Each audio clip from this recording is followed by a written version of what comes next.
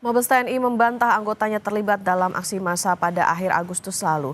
TNI juga menepis isu prajuritnya melakukan provokasi dalam demonstrasi anarkistis.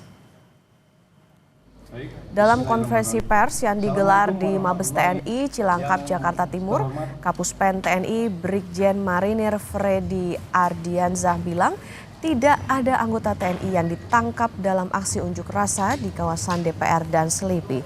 Namun, Kapuspen TNI membenarkan anggota BAIS TNI berada di kerumunan massa demo untuk menjalankan tugas memantau keamanan dan situasi.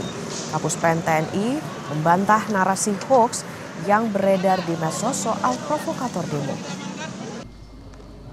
Baik, bismillahirrahmanirrahim. Assalamualaikum warahmatullahi yang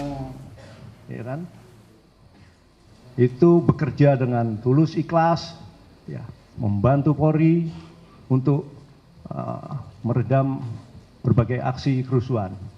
Ya. Kemudian tidak ada upaya provokator di situ, ya, tidak ada. Itu tugasnya murni tugas negara untuk memantau, karena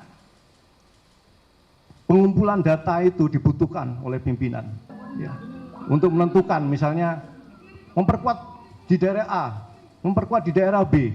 Bagaimana kalau kita tidak tahu situasi di situ, ya.